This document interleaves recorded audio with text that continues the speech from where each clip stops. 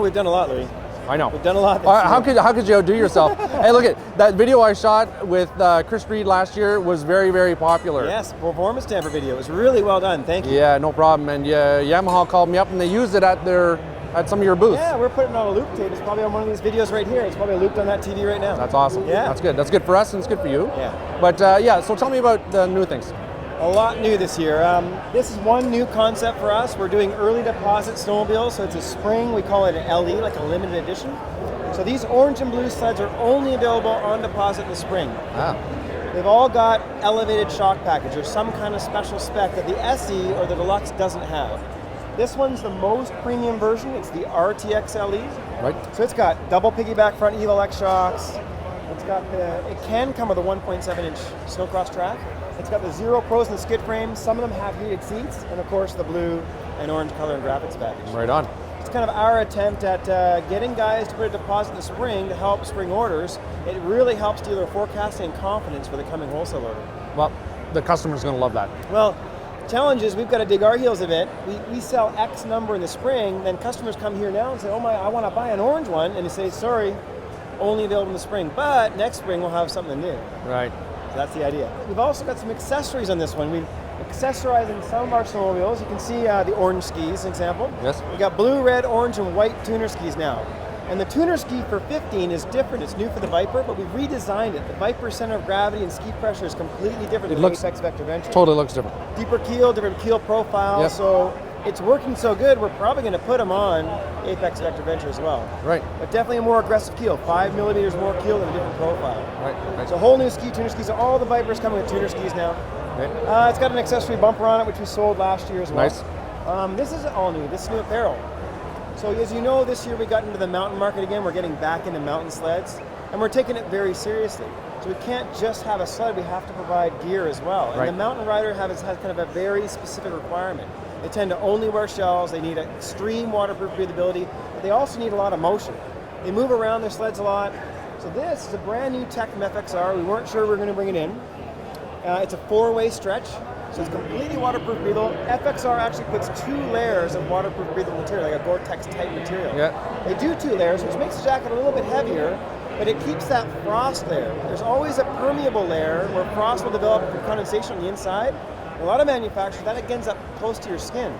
FXR has a double layer of waterproof breathable, keeping that condensation layer away from your body. But the other cool thing is that these jackets are all 4-way stretch. So you can put a medium jacket on. You don't have to go one up size to get that maneuverability, that stretch feeling. It's never going to feel tight. Right. Very, very cool jacket. Very interesting. Working with 509 again. Yeah, fantastic company. Yeah. 509's expanded their lineup. They got 3 new helmets this year. Right. So they've been a really good partnership. Very well, that's a very nice color combo right there. Yeah, cool. Looking pretty tight. Definitely. Next thing we talk about, of course, is probably Boost. Trail Turbo. It's an MPI turbo. Yes. So the biggest difference from our high elevation kit is an electronic wastegate. Right. So the high elevation kit has a manual wastegate, and so does this. This has a secondary electronic wastegate that has a couple of benefits. It's also more expensive, so you're going to pay $200 or $300 more for this kit, but it works from sea level to 12,000 feet. The high elevation kit will not work well at sea level without race fuel. It'll work, but it can't adapt. Right. So there's a benefit that this electronic sea level kit works at any elevation. So if you were in the Midwest and you wanted to go out to Revy, you can use it in Saskatchewan and then go in the mountains. Secondary benefit of an electronic wastegate is it can hold the gate closed at lower RPM. It won't bleed off air. Right. That means that we can build 80 to 90 to 95% of max boost, 5 pounds of boost, at 5,000 RPM. Yeah. So you're not getting spiking. You're not chasing your turbo all over. Well, you're not getting any lag. That has more to do with the intake funnel being such a short scoop from the turbo. But you're also getting 100 pounds-feet of boost from 6,000 to 9,000 RPM. So normally, like our supercharger on the Nitro last year, it wouldn't produce peak boost until max RPM. So you're getting 2, 3, 4, 5 pounds of boost, but you're never getting it till you're wide open. This will produce 100 pounds-feet at 5,500 RPM. So you're building this huge, tall, flat torquer, which means you got this grunt that you couldn't get from the supercharger. Kind of odd, a turbo which is weird, right? would produce more mid-range, but that's that electronic wastegate holding the gate closed. It also has kind of the benefit of having a dead man switch. It'll have a little switch which turns the electronic wastegate off and defaults back to the manual wastegate, and that's been turned down to about 3 pounds of boost, about 35% less boost. Okay. just in case you can't get good fuel. You're out there somewhere in the north and it's 87 pump gas and they're sold out of premium fuel. You can turn that switch off, give yourself some peace of mind on a long haul. But we don't recommend, if you can't buy premium fuel, then we recommend not putting a turbo on. Right. Because you really do need fuel to take advantage of the power. Sure. What are you looking at horsepower-wise? We're going to increase the horsepower by 45. Okay. So depending on what dyno you measure the baseline from, every dyno is different. Right. Car and Driver did a really cool article on dynos across the US, and the dynos range 40 horsepower in a Ford Ranger. Yep. So plus 45, and about plus 35 pounds-feet of torque. Wow. And the torque is really what the cool. People talk about horsepower, but horsepower is just top speed. That's right. Everybody knows that torque wins races. Torque's for the acceleration. That's the fun part. That's what lifts the skis. That's right. Yep. So it's a very cool kit. SSCC certified. It's actually quieter than stock. That's the cool thing about turbos. You're not going to get that big loud muffler to get power. You can make this thing quieter than stock. Very nice. It's also upgradable. For those guys that want to go to 250 horsepower, the components, the turbo's capable of going well past 250. You got to call MPI, buy some parts, buy a fuel pump, buy a liquid-to-air intercooler, and a few other parts. Auxiliary injectors, or can it? No, you can go to about 250 without messing with the injectors. Okay. But you got to add more fuel. It's a different program. Right. A few different parts, and you can get to 250. And you can run 250 without a head shim, but you got to run race fuel. Right. So if you want to run pump gas, you're going to have to put a head shim in, and now you're into a little more labor. Right. Point is, it is an upgradable turbo system. Wow. So very exciting. Not upgradable like the old days. Well, the old days it was kind of try to cut and paste a turbo into a sled. This is an amazing thing right here. It's gone through several years of evolution. MPI has been a really good partner. So there's a modified factory warranty to this. MPI covers the warranty on some of the turbo, their components. We'll cover the warranty on the Yamaha components. There's a couple of caveats in there. If there's a failure due to misinstallation, we're not covering you. Right. If there's a failure due to overboost, which is very easy to detect, we're not covering you. But if you leave it alone and it's properly installed, you're going to have a completely normally functioning turbocharger. You won't have any worries. Nice. We're quite confident. Yeah. I mean, we've got Apexes with 30,000 kilometers running 290 horse. They've never been apart. Yeah. So the engine's quite capable. Totally. It's just as long as you have the oil lines installed properly and you're not overboosting.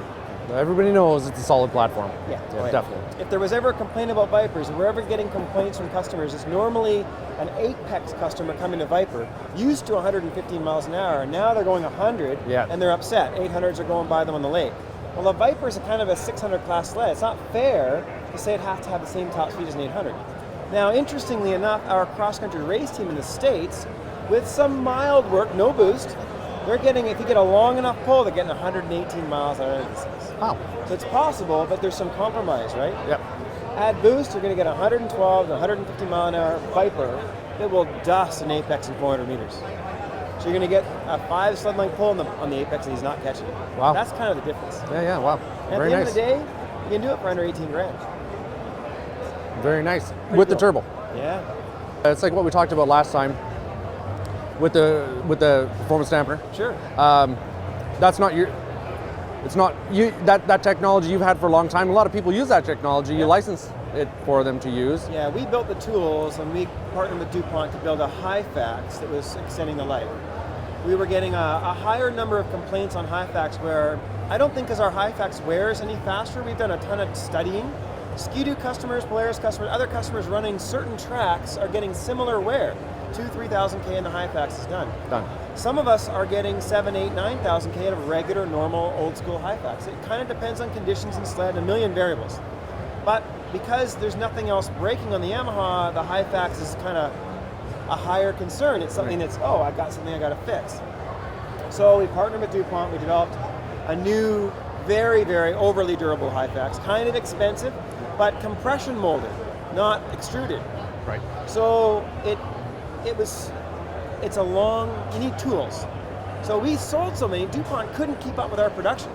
So we've actually invested in 4 more tools and they're profiting from it as well. Right. So they've invested, now we got 6 tools, so we're punching them out fairly regularly. Right. The mountain customer doesn't suffer from Hifax wear as much as the trail customer because they're not running on ice. But they do have those mornings in the spring where it's tight, and they're going up, but they run scratchers for cooling. Right. So the mountain customer is more familiar and comfortable running scratchers early in the day, and the trail customer not so much. So we sold them in the trail market first. But we know there's a demand in the mountain because they pull out, the wheels off, they lighten up the sled. They're done. Mine are done. So we've got a longer Dupont ready, and in the next couple of months we'll be selling them up to 174. Even though we don't sell a 174. Who sells a 174? Well, Ice Age, you know. Yeah, right. Rails, Yeah, so sure. mostly turbo nitros and turbo bikes. Yes. So. Good. So yeah, we'll have a longer one available. That's going to be awesome. Yeah. Oh yeah. Very good. And of course we can T-cut them and leave them blank, and it's possible to route them for other competitors' snowmobiles. Exactly.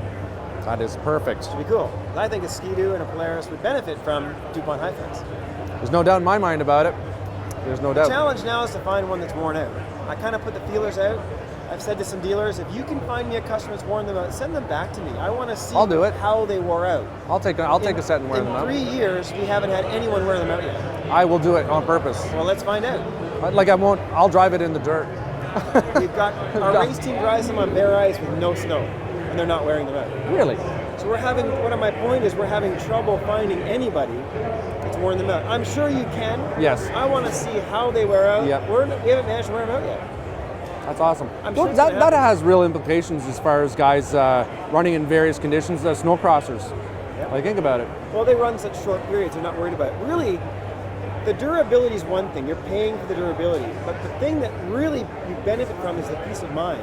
When you go on that long 4 or 5 day trip, 2,000, 3,000, 4,000 K, you're thinking about when am I going to replace my Hifax? When you can smell them burning. What if we get bad conditions? What if we got a road? We got to run a road for 20 miles, and you're in the middle of nowhere. How do you replace your Hifax?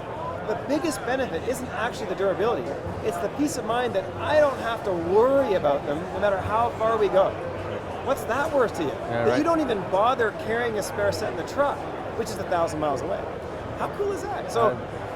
It's one thing I just stopped thinking about. Well, we come here to support the customer. The customers are coming. It's a high volume show. It's important for the OEMs to support the show. People are coming here and buying snowmobiles. So we're fortunate this year. Last year we had a lot of snow. We happen to have a lot of good new technology. So it's great timing for us to have so many new Viper models, so much new technology when there's been snow. So people are in the mood to buy stuff. I'm here, most of our staff are here just to convey the information. We're getting a ton, look how busy our booth is. I mean, it's crazy. It's hard to find a chance to grab a bite of pizza, as you know, something to eat, right? We also have a ton of, all of our products are here to explain to our customers. We bring our dealers in. Even if you don't buy at this show, we're planting the seeds. You know, power steering is a great example. You may have tried it, and you may not buy it this year, but it will forever haunt you, and eventually you'll give in, you'll cave. That's right. Boost. We're going to put a boosted sled in the Power Tour. We're going to talk about it here. You may not buy one. We're going to put them on the Power Tour. I want everyone to ride one. And once you ride one, it's just a no-brainer. Like, it's so much fun. Yeah. Good. So, yeah, this show is fantastic for us. And it draws in a crowd. We know people coming as far as Sudbury to come to this show. They get to see everything in one spot. Talk to the trailer guys. Talk to the aftermarket accessory guys. Go look at the other products. Right on. Good. Very good. Well, I have to thank you very much for your time. No problem, man. You've done very well. Chris is going to be very happy with you. Oh, well, I don't know about that.